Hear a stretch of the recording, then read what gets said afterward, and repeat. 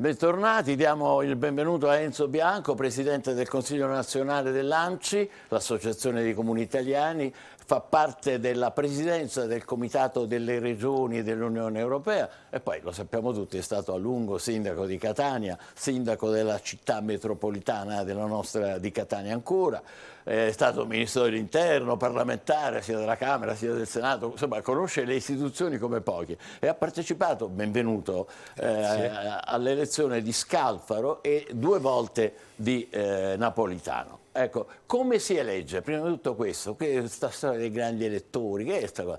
Come si elegge un Presidente della Repubblica? Allora, lunedì si riuniranno le 2 Camere insieme, il Senato della Repubblica e la Camera dei Deputati, senatori e deputati. Si riuniscono a Montecitorio, che è la sede della Camera, e la riunione è presieduta dal Presidente della Camera. Saranno presenti tutti i parlamentari, quindi deputati e senatori, e questi grandi elettori saranno integrati da una rappresentanza ristretta. Si tratta di poco più di 50 persone che sono rappresentanti delle regioni italiane. Ogni regione italiana, compreso il Trentino Alto Adige, elegge 3 cosiddetti grandi elettori, tranne la Valle d'Aosta che ne elegge 1.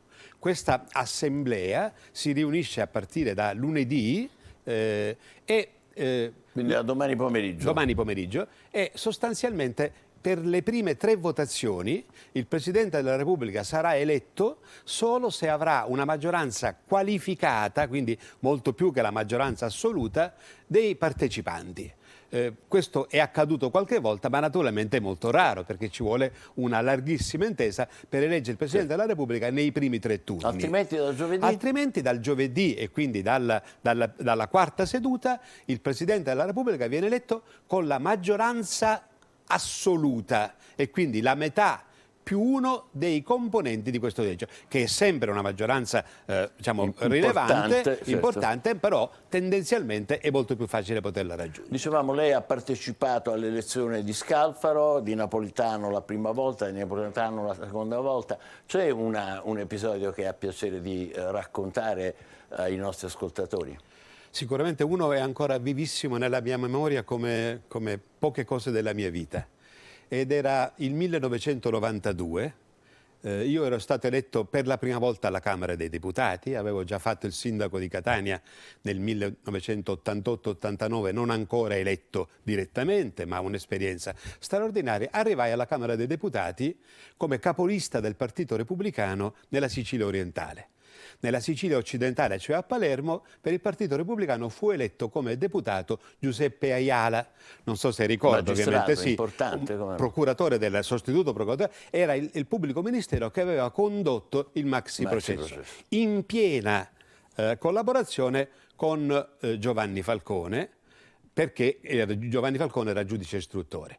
Arrivai a Roma e cominciammo a partecipare a quelle elezioni. Il 17 di maggio del 1992, mi sembra proprio ieri, Giuseppe Ayala faceva il suo compleanno. Il 18 di maggio, cioè il giorno successivo, era Giovanni Falcone a festeggiare il suo compleanno. E decidemmo di andare a cena insieme in un ristorante romano nel centro di Roma, a Campo dei Fiori, non so se avete presente, una delle piazze più belle di Roma. E c'eravamo Ayala, Falcone, Francesca e Morvillo, la moglie, dottoressa Morvillo, che poi morì anche lei purtroppo nell'attentato. Festeggiammo quel doppio compleanno di Ayala e di Falcone lì. Dopodiché mi accompagnò sotto casa guidando la macchina blindata come aveva fare Giovanni Falcone. Siamo rimasti a chiacchierare sino alle 2 del mattino e parlammo anche in quell'occasione di chi avremmo voluto come Presidente della Repubblica. E io e Giuseppe Ayala dicemmo che il nostro Presidente ideale sarebbe stato Giovanni Spadolini, che allora era Presidente del Senato. E Falcone manifestò un grande apprezzamento, naturalmente non disse che lo avrebbe votato, ma manifestò un grande apprezzamento per Spadolini e proseguimmo quelle votazioni sino a quando, qualche giorno dopo, esattamente il 23 di maggio, io ancora votavo a Roma per il Presidente della Repubblica, sono ritornato a Catania, sceso dall'aereo, ricevo una telefonata di un giornalista che mi dice come commenta quello che è accaduto a Palermo. 5 giorni dopo, 6 giorni dopo quella cena indimenticabile con questa persona straordinaria che ha segnato profondamente la mia vita, Giovanni Falcone e Francesca, insieme con i ragazzi della scorta, non c'erano più. Ma paradossalmente quella strage fu uno shock anche per il Parlamento e per i grandi elettori. E nel giro di 2 giorni, immediatamente abbiamo ridato un senso di dignità e fu eletto quello che poi si sarebbe dimostrato un grande Presidente della Repubblica, Oscar Luigi Scalfaro, che era Presidente della Camera. Un ricordo toccante. Un ricordo toccante che non ho mai raccontato pubblicamente. Inedito, che tocca tutti. Ho visto che anche lei è un po' commosso nel rievocarlo, come non ricordando Falcone. Veniamo oggi, la situazione ci pare un po' ingarbugliata perché Berlusconi ha detto di no, si ritira, però non vuole Draghi al colle. Allora il centrodestra dice, beh, se noi ci siamo tirati indietro tocca a noi fare la candidatura. E il centrodestra dice invece, con Letta, dice no, deve essere un candidato di coalizione, concordato con tutti. Intanto nel frattempo Fratelli d'Italia ha già detto che vorrebbe le elezioni anticipate subito dopo il voto per il Presidente della Repubblica. Che succede? La partita è una partita aperta ed è una partita delicata e io lo voglio dire sinceramente, spero che via condotta da tutti i protagonisti avendo a cuore prima di tutto l'interesse del nostro Paese.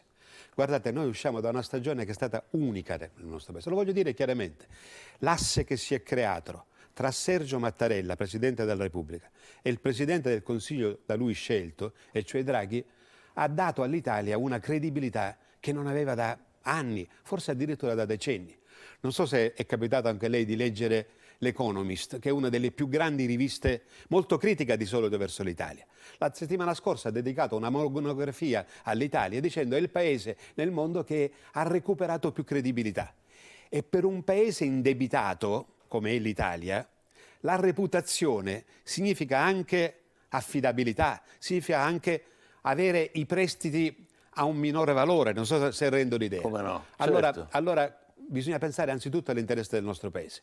Io nel mio cuore ho un desiderio profondo. E ce lo dica, qual è? Il mio desiderio profondo è di rieleggere Sergio Mattarella Presidente della Repubblica. Lo pensano anche tanti italiani. Lei ritiene che Mattarella possa accettare Io ritengo che Mattarella non lo accetta. E non si sta candidando. E a Palermo in questo momento si è trasferito, stanno facendo già i bagagli, Giovanni Grasso ha già fatto tutti i bagagli. Però io penso anche che Mattarella ha una caratteristica, io conosco bene, siamo stati ministri insieme, lui ministro della difesa e io ministro dell'interno, quando abbiamo preso l'arma dei carabinieri che prima era sotto il controllo dell'esercito e ne abbiamo fatto un corpo autonomo. Mattarella è una persona straordinaria, che ha una grande cosa, oltre alle altre, un grande senso di responsabilità. Se tutte le forze politiche lo chiamassero e gli dicessero lei deve restare per onorare il nostro Paese, questo sarebbe possibile. Ma questo è un mio sogno, mantenere Mattarella e Draghi. Altrimenti un nome che lei ritiene eventualmente, senza offendere Mattarella. No, io penso naturalmente, come dire, penso che Draghi sia una persona che oggi gode di una credibilità internazionale straordinaria e questo in termini di reputazione è importante. Penso anche che oggettivamente si aprirebbe un profilo di un cambiamento coraggioso, perché mettere Draghi al Quirinale significa che andiamo verso una Repubblica in cui il Presidente della Repubblica non è più soltanto un notaio, ma è il vero direttore d'orchestra, è il Presidente del Consiglio, che dovrebbe essere una persona a lui legata, un tecnico o una tecnica di livello. Questo è un po' complicato. Questo apre uno scenario, infatti, le vorrei fare un'ultima domanda, sono costretto a dirglielo perché vorrei stare con lei ancora di più naturalmente, ma la Sicilia resta un laboratorio politico, cioè anche in queste ore in cui tutta l'attenzione nazionale della politica è rivolta ovviamente al Quirinale, le vicende della regione, compresa la fibrillazione fra Musumeci e la destra, come si intrecciano con quelle nazionali? Guardi, parlo con assoluta schiettezza. Naturalmente la Sicilia è laboratorio, sempre.